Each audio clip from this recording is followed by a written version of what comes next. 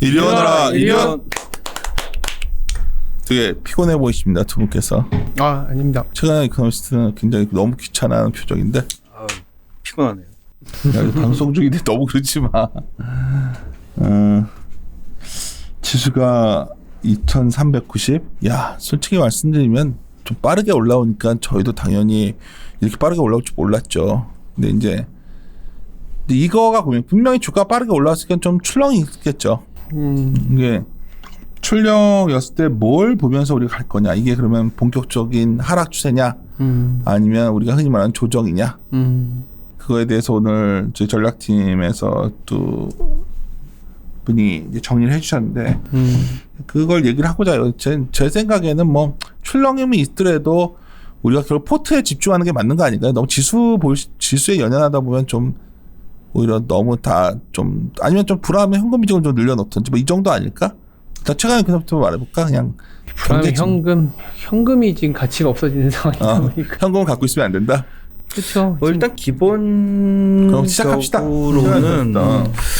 4페이지에 있는 말씀을 계속 드리는 거예요. 서프라이즈 인덱스를 계속 보고 있는데 안 빠져요.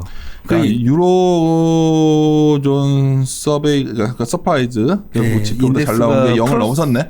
지난주에 그러니까 플러스로 전환이 된 거예요. 그 얘기가 사실 뭐 유동성 때문에 장이 올랐다, 아니면 올랐으면 빠진다, 이런 얘기들이 많지만은 결국에는 장이 오른 이유의 근본적인 부분은 시장이 생각하는 것보다 경제가 좋기 때문에 올랐다라는 부분도 있거든요. 그래서 빠져나가는 구간이 된다라고, 혹시라도 조정이 한번 나온다라고 하더라도 결국에는 지표가 꺾이기 전까지는, 그러니까 경제 지표가 꺾였다라는 사람들의 생각이 없다면은 이건 받칠 수밖에 없다라는 거죠, 위쪽에서. 그래서 요번에 제일 이제 경제 쪽에서 제일 우려했던 거는 고용 지표 깨질까 봐 우려를 했던 건데, 합의도 안 됐지 않아 지금? 어떤 합의? 정책 미국. 그러니까 그 부양책 말씀. 부양책 합의는 솔직히 지금 이 상황에서 경제 지표가 합의를 안 했는데도 좋게 나오고 있는데, 어떻게 합의가 되더라도 더 좋게 나오겠죠. 그거가 이제 조정의 빌미랄 거라고 오늘 장시작 전마도 그런 사람들도 있었고, 막 합의가 조정의 빌미라고요? 합의도 잘 안 됐고, 뭐더라?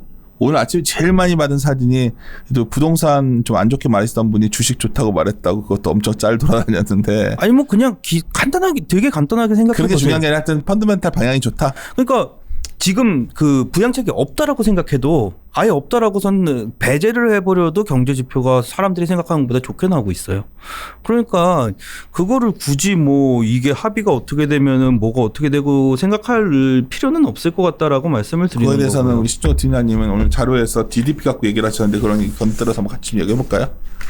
GDP가 그로스 레이트하고의 차이점이라는 얘기를 드리는 거고, 지금은 제일 많이 말하는 게 2분기는 안 좋아서 3분기 좋아진 걸 알겠는데, 뒤에 가면은 그 정도 속도 안 나오니까 이제 조정이다, 이 얘기 많이 한단 말이에요. 조정 내지는 장 끝났다, 뭐 이런 말 하시는 근데 분들이. 이제 보통은 이제 충격이 오고 나면 무조건 자연반사적으로 올라가게 되면 나오는 얘기들이 이제 정책이 조금은 슬금슬금 조금 이제 후퇴하는 거 아니냐.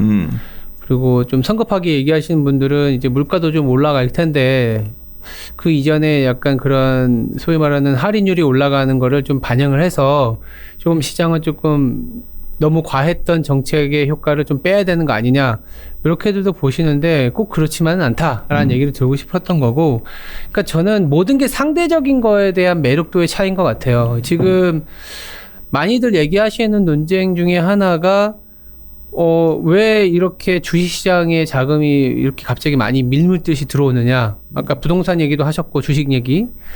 두 번째는 달러도 보면 이거 유로화 대비해서 달러가 약해진 건지 이머징 대비해서 약해진 거 아니지 않느냐. 근데 사실은 이머징 대비해서 약해진 건 아니더라도 강해진 건 아니거든요. 그러면 상대적으로 미국만 갔었던 자금들이 지금은 조금씩 다른 쪽으로 가고 있는 흐름? 아니면 채권 대비해서 주식이 지금 얼마나 좋은 상황이냐, 나쁜 상황이냐, 요거에 대한 얘기를 좀 드리고 싶어서 이번 주에도 얘기를 드리는 게, 경제가 그냥 정상화되는 사이클로 가는 것만으로도 시장은 나쁘게 볼 필요는 없다 정도고, 그 정상화 상황에서 소위 말해서 아직도 주식이 매력도가 높다 그러면 그 자체로 시장을 좀 바라보자라는 얘기인 거죠. 그래서 단순히 밸류에이션만 놓고 보면은 비싸다는 얘기는 하겠지만 채권이나 다른 자산과 대비했을 때 주식시장, 한국의 주식시장이 생각보다 나쁘지 않다 그러면 지금도 여전히 한국 시장을 비롯한 주식시장에 자금이 들어올 수 있다. 그리고 그거를 지금 지난주에도 저희가 자료 간단한 거지만 저희끼리 얘기할 때도 약간 논쟁이 있었던 게 이게 기대 인플레이션 올라가는 게 진짜 이거 인플레이션 베팅이냐. 사실 단순히 약간 둘이 생각이 약간 차이가 있는 것 같은데. 아니 근데 신종호 팀장은 약간 기대 인플레 쪽을 하는 것 같고. 아니 같은 방향이긴 한데 이 기대 인플레이션 베팅이 생각보다 오래 안 갈 수도 있다라는 얘기를 하는 거죠. 뭐 먼저 얘기 좀 하시다가 기대 인플레 베팅에 대해서. 뭐 기대 인플레이션 이거 딱 금이 올라오니까 너무 금금금금 난리인데 지금 은이다 금이다 막. 금 얘기를 하시는데 이제 금이 올라간 이후에 대부분의 사람들은 동일한 얘기를 하는 거예요. 그러니까 실질 금리가 하락했기 때문에 금이 올라간 거고 그 실질 금리 하락의 원인은 기대 인플레이션이 올라갔기 때문이다라고 얘기들을 하시는 건데. 금리 낮은데 물가 올라가니까 실질 금리가 마이너스 간 거죠. 그렇죠. 근데 이제 그거에 대해서 이제 연장선상으로 말씀하시는 게 팁스 스프레드를 보시는 거예요. 근데 제가 말씀드리는 거는 팁스 스프레드가 기대 인플레이션을 반영한다라고 했을 때 팁스 스프레드도 그러면 금 가격을 따라가지고선 위쪽으로 솟아 올랐어야죠. 아직 코로나 이전 수준까지 이제 도달한 수준인데 그게 기대 인플레이션이 엄청나게 올라가가 왜냐하면은 지난주 전체 뉴스 플로우를 이제 그 장식하고 있었던 대부분의 골드만삭스니 JP모건이니 이런 외사에서 장식했던 보고서가 뭐였냐면 그 시장의 유동성이 워낙에 많이 풀렸기 때문에 인플레이션에 대한 대비를 해야 되고 인플레이션이 엄청나게 많이 올라갈 거다라는 레포트들이 쏟아졌었어요.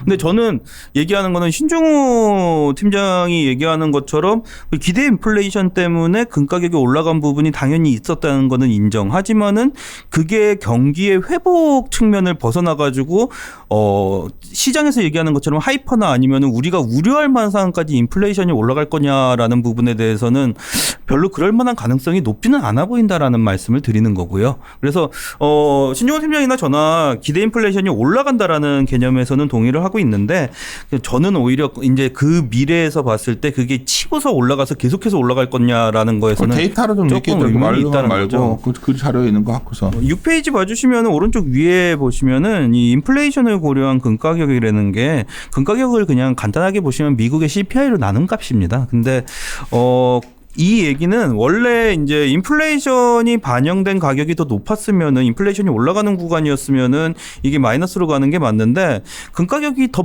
빠르게 올라가고 있다. 금 가격만 그냥 명목 금 가격에서 물가 나눠준 실질 금 가격을 빼주는 거가 그렇죠. 올라가는 걸 보면 맞는 말이네. 그러니까 금 가격이 물가 상승보다 빠른 거네. 근데 이게 두 가지로 해석이 되는 거죠. 미래에 대한 인플레이션, 그러니까 기대 인플레이션을 반영한 거 아니냐, 지금의 인플레이션이 아니라 그 얘기가 들어갈 수 있는 거고 또 다른 항목으로 해석을 해보면은 그냥 금 가격이 빠르게 오르는 거 아니냐, 자산으로서. 그게 밑에 있는 차트에서 제가 말씀드리고 싶은 거예요. 왼쪽에 보시면은 금융위기 때 이제 모든 자산들이 올랐지만은 팁스도 올라갔어요. 팁스도 올라가는, 그러니까 기대 인플레가 올라가는 건 맞는데 기대 인플레 가 올라간다라는 그 개념 자체는 팁스로 보시면은 항상 굉장히 느리게 올라간다라는 거죠. 자산들보다는. 그 금 가격이 자산하고 괴리가 세게 나오는 순간이 발생했었는데 이게 주식하고 팁스도 항상 괴리가 나고요. 그다음에 TLT 같은, 그러니까 장기 국채 가격하고 이 팁스도 괴리가 납니다. 그러니까 팁스 기대 인플레이션을 보면서 다른 자산들을 보면서 기대 인플레이션에 대한 예상을 한다라는 거는 저는 솔직히 말씀드려서 별로 그렇게 좋은 수단이 아니다라고 말씀을 드리고 있는 거고, 지금 코로나 이후에 금 가격하고 팁스를 보셔도 자산 가격이 그리고 유동성이 들어갔기 때문에 자산 가격이 상승하는 국면이 나왔기 때문에 나오는 거지, 이게 인플레이션이 이만큼 올라간다라고 얘기할 수 있는 근거는 못 된다라고 말씀을 드리는 거죠. 근데 이제 명목적으로 금 가격이 팁스보다 많이 올라갔다고 해서 인플레이션을 그렇게 과도하게 설정한다라는, 저는 그 해석보다는 결국 인플레이션이 발생하는 걸 어떻게든 이 이상으로 가치가 올라가는 걸로 해지 내지는 보존해야겠다는 심리가 많은 것 같아요. 그러니까 동일하게 인플레이션 기대 심리가 5% 오르니까 금이 5% 오르는 건 아니지. 현금보다는 무조건 뭐라도 사는 게 그러니까 아니야. 그냥 심플하게. 제 생각이 그거예요. 인플레도 아니고. 그러니까 최광희 연구원이 얘기한 것처럼 인플레가 뭐 갑자기 세상이 바뀌어서 인플레이션이 막 창궐하는 그런 거 오면 저도 좋겠지만 그건 아닌 거라고 저도 생각하는 게 뭐냐면 그냥 실질적으로 인플레 지난달보다 금 가격이 많이 올라갔다는 그 자체가 사람들이 금을 사는 이유는 뭐 여러 가지 이유도 있겠지만 인플레를 해지할 수 있는 수단 중에 하나라는 거를 좀 보여주는 것 같고 심리도 많이 반영이 되니까 동일하게 저는 이 생각이 드는 거죠. 그렇다면 금 아니더라도 또 이런 인플레 가능성 내지는 가치가 빠르게 보존될 수 있는 부분들에 대한 한국 같은 경우도 그렇게 막 눌러도 부동산으로 자금이 가거나 아니면 더 명확하게 보면 주식 같은 경우에는 지금 배당 수익률이 전 세계 배당 수익률 한 2.2% 되거든요. 그러면 뭐 미국의 명목 금리가 0.5%밖에 안 되는데 물가를 감안하면 마이너스 1.34%다. 그러면 당연히 뭐 그냥 보존만 되는 금을 사거나 아니면 진짜 현금 흐름이 괜찮은 주식을 사야 되는 거 아니냐 이런 생각을 말씀을 드리는 부분이라서 그래서 팁스가 올라가는 데한 그런 전체적인 물가의 레벨을 과도하게 설정하는 건 좀 오바이지만 인플레이션을 해지하는 수단으로서 올해부터 내년 초까지는 주식도 배제될 가능성이 있겠냐 이 정도 저는 얘기를 드리고 있어요. 아니 그러니까 그 개념인 거죠. 그러니까 신종호 연구원이나 주식하는 사람들은 너무 이게 일드 수익률이나 아니면은 기대 인플레이션이 올라가니까 자산으로 들어간다라는 개념만 생각을 하는 거고 그건 나도 동의해요 당연히 인플레이션 기대 심리에 대해서 해지 수요가 들어간 건 동의하는데 이게 경제적으로 봤을 때 사람들이 계속해서 얘기하는 인플레이션이 올라가기 때문에 그것 때문에 경제가 망가질 수 있느냐 없느냐라는 개념까지는 생각을 해보면은 그렇게까지 빨리 올라가기는 그러니까 어렵다라는 주식이 더 좋은 건데 지금은 전 주식에 좋게 말씀드리는 그쵸? 거예요. 지금은 그것까지 네. 그리고 하이퍼 얘기는 너무 앞선 얘기인 것 정말 같고 오버드라는 것 같고. 근데 지난주하고 지지난주에 계속 해가지고 회사에서? 지금 그 얘기들이 나오고 있는 거예요. 우리나라에선 잘 안 나와요 지금. 근데 인플레이션 그다음에 루빈이도 동일한 얘기 하기 시작했고 굳이 루빈 얘기할 필요는 없고. 아니 그러니까 대부분의 그러니까 우리가 아는 대부분의 사람들이 인플레이션 얘기를 하기 시작한 거예요. 지금. 인플레이션이 만약에 뭐 가시적 구간에 들어온다 그런 시장 굉장히 힘들어질 걸로 봐요. 근데 이제 그 구간까지 가려면 오래 걸릴 것 같다는 거지 내 말. 그러니까 뭐 우리 예상과는 다르게 모든 게 일어날 수도 있다는 거를 전제해서 보더라도 인플레이션 얘기하면서 가장 많이 하는 게 달러 약세가 빨라질 거라는 얘기를 하는 사람들도 있거든요. 그게 그러면서 이제 그런데 달러가 약세가 약해지면 이머징이 좋아지는 것보다 이머징도 약한 고리는 무너지고 그러니까 그냥 비관론적인 이컴베이스의 분들이 여전히 비관론적인 어떤 그런 해석을 많이 하는 느낌인데 나는 내가 보기엔 이게 달러 얘기도 같이 좀 하시다 그러면. 이게 달러가 약해지는 구간에 보시면요. 이머징하고 달러를 일단은 두 개를 같이 한 구석으로 묶어가지고 생각을 해보시면 되게 복잡해져요. 그러니까. 달러가 약세로 갔잖아요. 근데 보통 1% 이상 달러가 약세로 간 달에 계산을 해보시면요. 그 달에는 이머징 통화가 1% 강세로 갈 수도 있지만 1% 강세가 안 가는 구간이 꽤 많았었고요. 달러 약세로 가기 시작하는 달에는. 그 다음 달에 근데 한 4, 5% 이머징 통화가 강세로 가는 경우가 많아요. 왜냐하면은 그죠 달러가 약세로 딱 꺾어지는 그 7월 우리가 7월을 생각해 보면 7월에 달러 약세로 꺾였어? 그러면 네. 이머징은 강세로 가야지. 그러고서 그게 말이 되는 게 아니잖아요. 내가 답답한 게 뭐냐면 그 얘기를 한 거예요. 우리는 여러 가지 데이터를 많이 봤었잖아요. 그런 거를. 그러니까 달러가 인덱스가 저렇게 내려왔는데 이머징이 한 그렇게까지 세질 않으니 이제 괜히 이건 다른 현상이다 얘기를 하는데 항상 타임렉이 있었다는 거죠. 근데 아시는 네. 것처럼 달러와 인덱스 자체는 그치, 유로화 포지션이 많은데 그러니까. 근데 저희가 또 여기도 넣어놨는데 이게 8페이지에 보면 또 OITP 달러 인덱스는 또 그거거든요. 위 하나 들어가 있잖아요. 무역 가중치잖아. 그런 뭐라고 해야 되나요?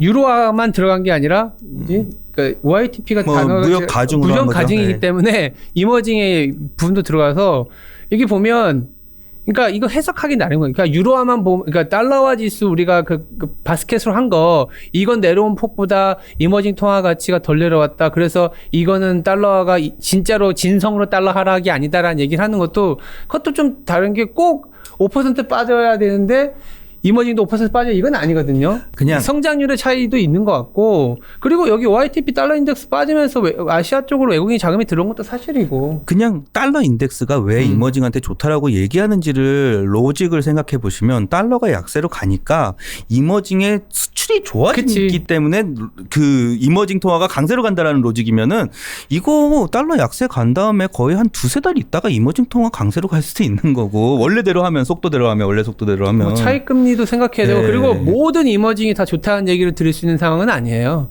그죠? 이머징 동북아시아, 그러니까 아시아 외국인에서도 보면 대만, 인도, 베트남 이런 쪽으로 자금이 들어오지 좀 저기 말레이시아나 뭐 필리핀이나 이런 데는 안 들어와요. 그러니까 많은 경우에 이제 시장에서 이런 생각을 했던 것 같아요. 90년, 그러니까 역사와 우리들은 세 명은 오랫동안 호흡을 맞춰왔기 때문에 제가 좋아하는 항상 우리 말씀드렸듯이 역사는 반복되지 않는다 했잖아요. 제가 이제 라임은 좀 있지만 근데 자꾸 역사를 과거 잣대 갖다 보다 보니까 90년대에 소위 우리나라가 외환위기 왔을 때 달러 강하고 아시아 이머징 약했잖아요. 자꾸 그거를 달러 강세 기조 속에서 해석하고 오던 사람들이 있었다고 시장에. 그러니까 그게 마치 달러 강세는 신성 불가춘 예언처럼 하다가 막상 좀 약세 오니까 이거는 뭐 예상치 못한 매크로의 변화가 생겼다고 하는데 정말 너무 당연한 약간 좀 그런 게 달러가 최근에 좀 빠져서 90포인트 근저리 갔다고 달러의 기축통화가 지위가 흔들리나 뭐 이런 식으로까지 생각해서 연준이 이걸 가만히 놔두겠냐 이렇게까지 판단하시는데 음모론을 좋아하는 거죠. 이건 너무 아니 이게 80까지도 갔었고 오히려 미국은 지금 달러 약세가 좋은 국면이지 않을까 생각을 하는 거죠. 역사나 멀리 보실 필요도 없어요. 2014년에 80포인트였어요. 달러 인덱스. 그게 90까지 갔다고 달러의 지위가 붕괴된다? 근데 보기에는 똑같은 거예요. 인플레이션 해지도 있지만 시장에서 달러 약세를 예상을 했기 때문에 금 가격이나 이런 새로운 통화 수단에 대해서 그러니까 글로벌리한 공용 통화 수단에 대해 가지고 금 가격이 상승한 부분도 분명히 있죠. 존재하는 거고 최근에 비트코인이 올라가거나 아니면 이런 것도 공용 통화로 생각해서 올리는 부분도 분명히 존재하는 것 같아요. 우리가 저번에 이제 물론 일부 위안화 결제가 유가에 됐으니까 흥미롭죠. 네. 중국은 어떻게 본다면 그렇게 해서 추진해 왔으니까. 근데 뭐 그게 좀 정말 살 곳이 없어가지고 한국도 결제해 줄 건데 그러니까 제가 말하는 거는 너무 확대 해석할 필요가 없다는 거죠. 그러니까 달러가 좀 약해졌고 또 이게 마냥 추락이 아니라 어느 시점 가면 좀 멈출 거로 좀 보고 있고. 네. 그죠? 뭐. 그 정도로 해석하는 게 낫지 않겠나. 연말하던 어차피 90포인트 보고 있었으니까요. 그 시차가 필요한 것 같아요. 얘네들도 미국 같은 경우에 보시면 아시겠지만 지금 재정 적자가 엄청 심하잖아요. 거기다 무역 수지도 적자잖아요. 그러면 가만히 그냥 국가적인 차원에서 재정 적자를 했을 때 성장이 나와줘야 되고 그러면 재정 수입이 필요한데 재정 수입이 필요하면 소득세라든지 재산세라든지 법인세가 들어와야 되잖아요. 그럼 기업들의 법인세가 들어오려면 무역 수지가 적자폭이 줄어들어야 돼요. 그럼 쌍둥이 적자가 났을 때는 미국 같은 경우에는 자기네 내부적인 수요도 키우겠지만 외부의 수요를 자기들이 갖고 가려는 정책적인 수단이 발현할 수밖에 없는 거고 그랬을 때는 우리가 보통 왜 환율에 대한 제이커브 효과도 많이 발생을 얘기하시잖아요. 당장 달러가 약세가 됐다고 해서 달러를 강세로 만들 만한 내용은 나오진 않아요. 근데 시차를 두고 이 금융위기 직후에 달러가 위기 때 뭐 플라이트 퀄러티 하면서 강해졌지만 이후에 한 2, 3년간 굉장한 약세를 보였거든요. 그리고 나서 그 어떤 힘과 성장을 갖고 2015, 16년, 17년까지 달러가 강세를 보였던 거죠.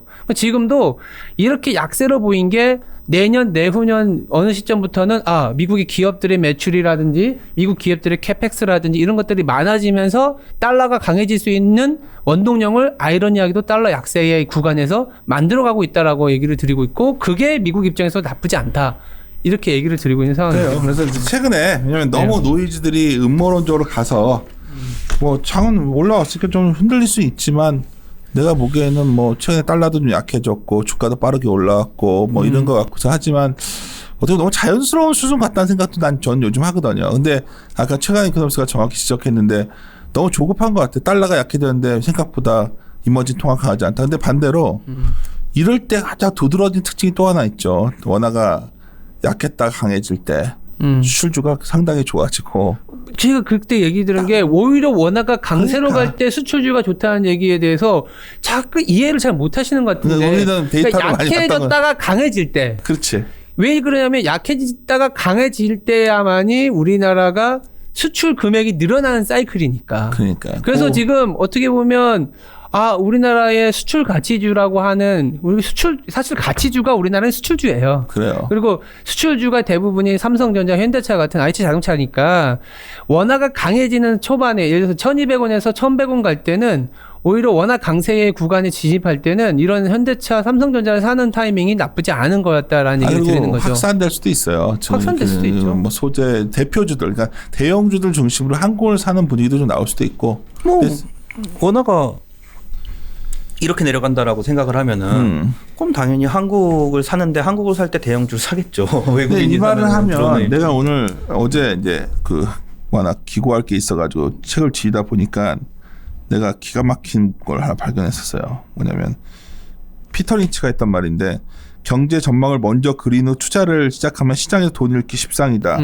그렇게 십상수간 결과 이게 무슨 말이냐면 경제 지표가 무의미하다는 얘기 아니라 경제 전망은 항상 바뀐다는 걸 말하는 거예요. 맞아요. 그 얘기를 하고 사람들이 또 이렇게 했더니 또 뭐 그 얘기가 아니라 경제 전망은 수정됨을 전제로 하기 때문에 투자로서 유용이 떨어진다는 얘기인데 맞아요. 이 우리가 어떤 해석하고 이렇게 해서 업데이트 해가야 되는 이유는 이 전후 관계를 좀 이해해야 되는데 우리가 맨날 정청한 이코노미스트랑 당신이 포수니까 계속 이 데이터 업데이트 해야 된다고 얘기하듯이 그러니까 그걸 이해 못하더라고. 근데 중요한 건 이거야. 왜 이 말을 GDP가 의미 있죠. 근데 사람들이 다 지금 뭐냐면 야 2분기 3분기 좋아지는 거 알겠는데 4분기서부터 다 이제 내려간다. 그러니까 별로야. 이거 얘기부터 하죠. 그러니까 데이터로는 명확하게 그림을 잘 안 나온다라는 얘기를 드리는 이유가 그래도 써놨는데 어느 시점일 때는 주가가 살짝 과거의 데이터가 잘 나온지를 보고 어떤 시점일 때는 다음 분기 보고 어떤 시점일 때는 그 다다음 분기까지 보고 그러니까 이 약간 투자의 시야라고 해야 되나요? 이게 되게 그러니까 경제가 중요한데 이 타이밍에는 다음 분기를 보기도 하고 다다음 분기도 보기도 하다 보니까 실제로 그림으로 그려보면은 경제 성장률의 그 높이하고 그 주가의 높이하고 그렇게 막 상관도 높게 나오진 않아요. 이게 제가 되게 답답해서 말씀드리는 건데 솔직하게 말씀드려 보면요. 올해 3분기하고 4분기, 2분기도 마찬가지예요. 이거 경제 성장률 아무도 예측 못 해요. 숫자 못 맞추고. 아니 그러니까 나한테 내지 말고. 제가 말씀드리는 이유가 뭐냐면은 저는 아예 하반기는 수치 제시를 안 했어요. 원래 계속 하다가. 왜냐하면은 아니 그러면은 머릿속으로 이 경제 성장률을 예상을 하는 사람들이 코로나가 있었는데 이게 몇 명 정도 풀리기 때문에 소매 판매가 몇 % 정도 더 까이고 이거 개선할 수 있다는 사람이 있으면은 거짓말쟁이에요. 그러니까 린치의 말이 그 말이거든요. 그러니까 경제 전망은 애그리게이트 데이터, 마지막 최종 데이터이기 때문에 그걸 갖고서 투자를 하기 만만치 않다는 얘기를 한 건데. 그러니까 지금 4분기가 내려갈 수도 있다라는 걸 가지고 지금 투자를 못 하겠다라고 그러면요. 되게 어려운 거예요. 왜냐하면은 지금은요. 그래도 2분기가 바닥이라서 3분기가 좀 나아지겠지라는 거 하나밖에 확실히 있는 게 없어요. 더 중요한 건 회복돼서 유지만 돼줘도 좋다는 신중호 팀장의 아침 아이디어가 나는 동의하는 부분이에요. 저는 그래서 그림 4페이지 그림 3에 보면 차트를 선을 다 그었다가 뺐는데 뭐냐면 팍 부러졌다가 올라오고 나서 이 경제 성장률이 이렇게 장기 평균에 수렴하는 과정을 보면 주가가 어떻게 보면 뭐 과거에도 이렇게 올라왔으니까 지금 올라간다 이런 얘기를 드린 게 아니라 경제 성장률이 알아서 이렇게 조금 톤 다운되는 구간에 주가는 더 좋았다라는 거죠. 그러니까 자연적으로 고용도 되고 실업률도 좀 내려가고 조금 약간의 어떤 코어 인플레이션도 올라오고 이런 것들에 대한 자연스러운 현상이 나타나는 거기 때문에 최근에 코로나 이후에도 세상은 어떻게 될지 모른다는 불안감은 있지만 그 이전에 금융위기 때도 그렇고 IT 버블 때도 그렇고 아니면 우리가 태어나지도 않았던 구간의 전쟁이라든지 여러 가지 이슈에서도 불구하고 시장의 어떤 힘은 앞으로 나아지는 거, 정상화되는 거, 이런 소비가 조금씩 개선되는 거, 어딘가에선 수요가 나오는 거, 알지도 못하는 부분들에 대한 세상의 어떤 기대치로 넘어가는 거지 우리가 눈앞에 보이는 것만 팍 부러졌는데 올라갔다가 이제는 좀 소진될 거야. 요렇게만 볼 수 있는 건 아니다라는. 이 얘기를 하자고 했던 것이냐면 많은 사람들이 이번엔 좀 이상한 경우였다 이렇게 얘기를 하는데 굉장히 일반적인 경우라는 거죠. 안 좋았다가 불었다가 올라오면서. 근데 우리가 사는 구간에서는 몇 번 발생하진 않죠. 그치. 왜냐하면 이게 1947년부터 데이터이기 때문에 그중에 11번이니까 뭐 한 두세 번 올 수 있는 왜 내 기억에도 2번이 있는데 2007 금융위기 때도 있었고 지금 그 본부장님도 연세가 좀 있으시니까 2번 본 거고 지금 실장님은 한 2번. IMF 때도 우리나라는 그래도 그렇죠. 그러니까 어떻게 보면 또 그럴 수는 있어요. 야 이만큼 미국의 GDP가 마이너스 32% 연율화된 걸로 본 적 있냐라고 하면 없죠. 그건 없지. 없기 때문에 우리도 참 전망하기도 어렵긴 하지만 단순히 그냥 우리가 막연하게 어떤 데이터가 조금은 완화되고 이런 것들로 지레짐작으로 좀 우려를 할 건 아니다라는 얘기를 드리고 싶었던 거예요. 제일 마지막에 그냥 그래도 주식이 여전히 매력 있는 구간이니 주식을 하자라는 얘기를 하려다 보니까 데이터만 놓고 굉장히 조금 설왕설래를 하는 부분들은 조금은 배제하자. 그러니까 뭐냐 하면 그냥 뭐 3분기는 당연히 있기 좋았지만 4분기부터는 빠지지 않냐. 요거는 좀 배제하자 이런 얘기를 드리는 거죠. 트럼프 같은 경우에도 최근에 지지율 근데 요새 얘기 많이 하고 다녔는데 이거 상당히 흥미로웠어. 올라오고 항상 있어요. 10월이 안 좋았는데 두고 봤더니 데이터 왜곡이 좀 있네 이게. 그게 그렇더라고요. 이게 왜냐하면 저도 사실 지금 만약에 조정의 빌미가 있다면 뭘 것 같아요? 라고 대답을 했을 때는 요번에는 바이든의 어떤 정책도 좀 봐야 되고 거기다가 10월, 11월 넘어가다 보면은 그동안 시장은 계속 트럼프의 프라이싱을 했는데 진짜 모르겠습니다 하면서 시장은 불확실성을 반영할 수도 있을 것 같습니다 라는 얘기를 드리지만 한편으로는 또 그러면 이것도 한번 데이터를 그려보면은 꼭 그렇지만은 않아요. 그러니까 아웃라이어라고 하는 그러니까 뭐냐면 평균을 굉장히 왜곡시키는 데이터가 1932년의 데이터하고 이거 두 개 2008년에 빼야 되는 거야 보통. 이거 빼면 플러스예요. 그러니까 미국 전에 조정을 받았던 것들이 이게 내려온 게 이게 그냥 이렇게 옆으로 가버리는 상황이기 때문에 주식을 물론 평균 값이기 때문에 근데 주식을 버려야 돼라는 퀘스천을 붙일 수도 있는 거죠. 난 그리고 더 놀라운 거는 이거예요. 주가가 올라오면 기존 대통령이 됐더라고. 그러니까요. 트럼프 되는 거 아니야? 그러니까 원래 다 트럼프 안 된다 하고 있는데. 트럼프가 될 수도 있지만 트럼프도 이런 데이터를 알고 있고 트럼프도 나스닥이나 이런 애들이 신고가 찍으면 트위터에 얘기하는 것처럼 주가가 올라가 줘야지만이 대통령의 어떤 재선의 가능성이 높다는 걸 알고 있다면 트럼프 입장에서는 주가 부양을 위한 정책을 쓰지 않겠냐는 정도의 저는 얘기를 드리는 거죠. 뭐 이거는 근데 뭐 사후적인 사람마다 달라요. 왜냐하면은 미국은 맞아요. 미국은 얘기한 게 맞는데 근데 사람들이 되게 특이한 현상 중에 하나가 미국 대선을 분석할 때 항상 미국 S&P 500 주가만 보더라고요. 근데 MSCI EM 지수나 아니면 코스피 지수를 기준으로 해가지고 미국 대선 기간을 보시면요, 10월하고 11월하고 빠져요. 우리나라. 그러니까 저는 이렇게 봐요. 그러니까 미국 안에 미국 국민들은요, 투자자들은요. 민주당이 되든 공화당이 되든 그 대통령들이 그 미국의 경제를 나쁘게 만들 리 없다라는 믿음은 확고한 것 같아요. 그래서 미국 주가는 안 빠지는 것 같아요. 근데 요번도 보시면은 중국하고의 마찰, 오바마 때도 중국하고 뭐 그런 FTA 하는 거나 중국하고의 마찰이나 이런 것들 때문에 오히려 이머징 국가들이나 아니면은 한국 같은 나라에서 미국의 대통령 선거에 더 촉각을 곤두세우는 것 같고요. 3분기 말해서 4분기는 아무 부담 되겠네 우리. 11월이 안 좋고요. 항상 12월이 엄청 좋아요. 그래서 대선 끝나고 나서 이머징하고 한국은. 저는 그러니까 물론 그렇게 따박따박 맞출 수 있으면 좋겠는데 그런 불확실성보다는 오히려 뭐 최근에 연구원도 얘기하죠. 12월이 좋다 그러면 좀 긴 사이클에서 나쁘지 않은 상황이다가면 좀 버티자라는 얘기도 좀 들을 수 있을 것 같고요. 회복은 해요. 항상 끝날 때쯤 회복은 다 해요. 그러니까 결론은 다시 기대 인플레인데 네. 최근에 이제 가장 화두가 되고 있고 전략이나 아마 매크로 쪽에서는 이쪽을 볼 수밖에 없는 상황인데 그거 갖고서 우리 마무리 8페이지부터 얘기를 합시다. 그래서 결국은 뭐 아까 동일하게 그러니까 저도 최광현 연구원이 얘기한 것처럼 아니 이게 실질금리 내려간 게 명목금리가 내려가서 내려간 건데 이게 뭐가 좋은 거냐. 경제에서는 안 좋은 거거든요. 금리가 내려간다는 건 성장률이 내려가는 거니까. 상당히 안 나오는 거죠. 근데 이제 저도 그 사이에서 비집고 나오는 아이디어는 뭐냐면 그냥 시장은 뭔가에 대한 자꾸 이제 시도를 하는 거는 맞는 것 같다. 금리가 내려갔는데 실질금리가 내려가면서 실질금리 내려갈 때 무조건 그러니까 기대 인플레가 생기는 건 아니에요. 근데 기대 인플레가 생기는 구간이 나왔을 때는 뭔가 이제 턴어라운드라는 생각에서 자꾸 조금 시장이 반응하는 거 아닌가라는 그 정도의 노력? 그러니까 금리는 내려줬고 근데 이제 보니까 자산이 조금은 기대 인플레 쪽으로 가다 보면 턴어라운드일 땐 나중에 그러면 후행적으로 이제 명목금리도 올라갈 수 있는 그런 상황이 되면 아름다운 그림이고 아니면 명목금리 내렸는데 기대 인플레를 생길 것 같았지만 알고 봤더니 수요가 뒷받침되지 않아서 다시 명목금리 내리게 되면 다시 기대 인플레는 빠지겠죠. 근데 저는 당장은 지금 미국이 실업률이나 고용률 내려오는 것들 그리고 좀 더 확산하면